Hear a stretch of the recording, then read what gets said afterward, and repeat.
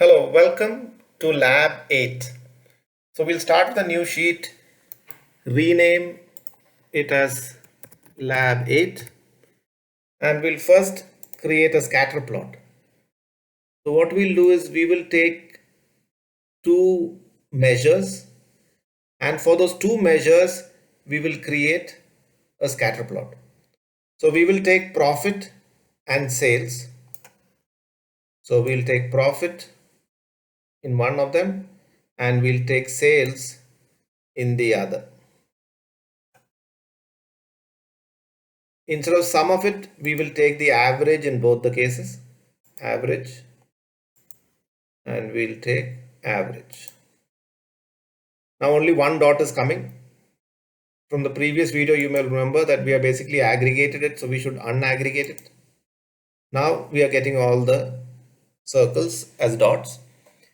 Now we may say, okay, let us try to bring a few more things to make it interesting. Let's say category, we bring on the shapes. So the different categories will come as different shapes. We can see circle is furniture, square is office supplies, and plus is technology. And let's say we bring region as a place on top of the color. So let's say the region which is there in location, we bring on top of color. And we can see there is a lot of content created. To reduce the amount of data which is visible right now, maybe we'll apply a filter on order, and basically on the year we will only take data from 2019. Apply. Okay. So we have data of 2019. Now, this is a set of report. We will try to do a bit of grouping now. So after this scatter plot, we'll come back to this. But I'm going to open one more sheet, which I'm going to call it rename. And I'm going to call it Lab 9. So we will do a bit of sorting, but we'll come back to both of them and do it in both of them. So in Lab 9, we will do category wise. So let's bring subcategory and let us bring, let's say, sales.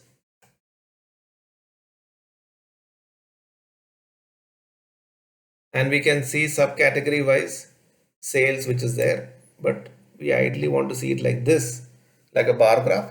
So we have done like this.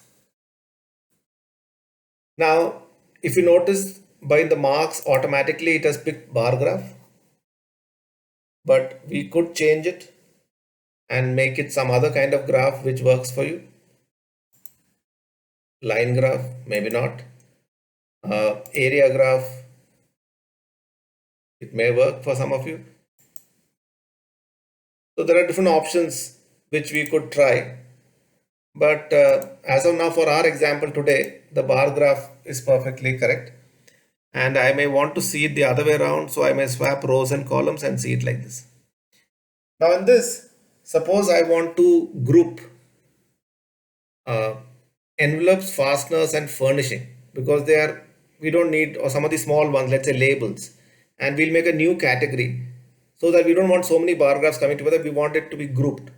So we could select it and shift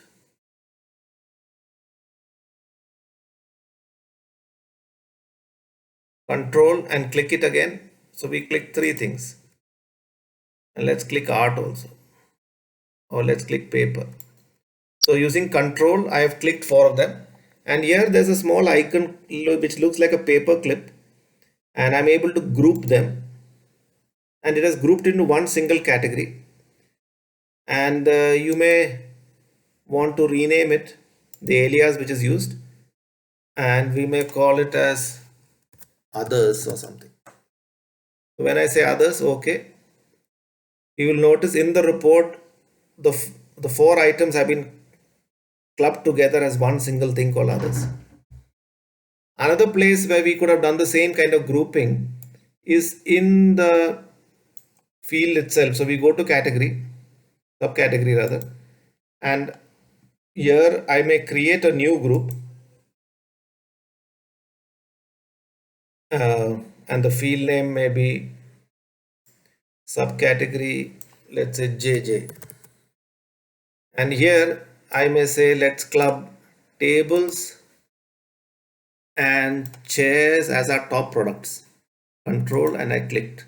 So basically 2 products I'm going to group, and instead of calling it chairs and tables, I'm going to call it my top products. Apply.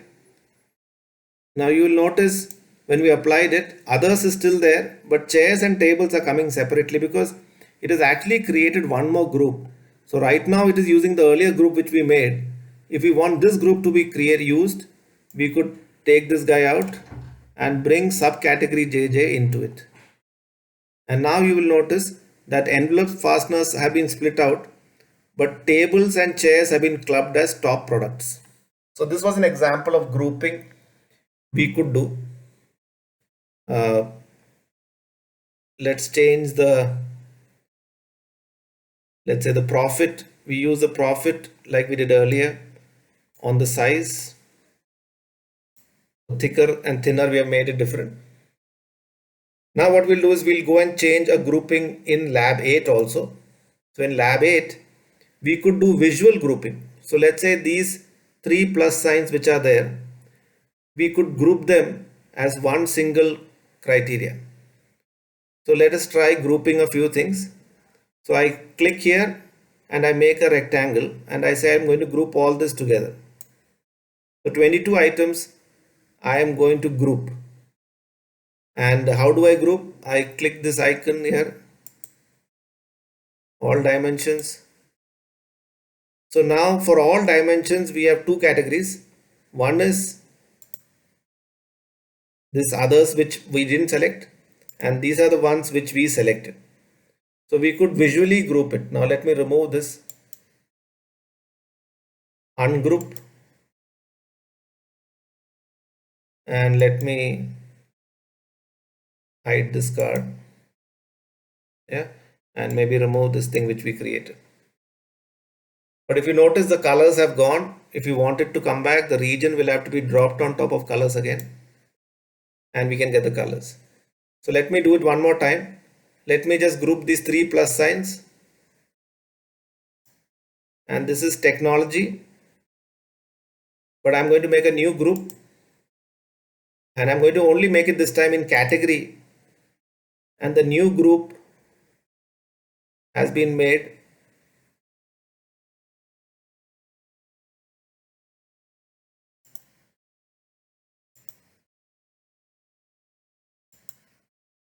and we can see 2 groups which are created. So let me remove this, let me take it out from here, and let me again put region on top of color. Okay, so we saw 2 examples of how visually we can group and how we can do grouping clicking on the columns here, and how we could do grouping by selecting a thing here. Obviously, if you, as you notice, more and more fields have been created, all the groups which you have created, and it may clutter your screen. You may want to remove them after making them, because otherwise you'll end up with a lot of subgroups. Like I made a subgroup called subcategory. Let me delete this. This JJ I'm going to delete. Yeah, the ones you don't need in the end, you could delete it after trying out the things. In this case, JJ is already on the screen, so it's giving an error. Do you wish to continue? No, because I want this thing on the screen. So lab 8 and lab 9, we did a scatter plot here and a bar graph with thickness.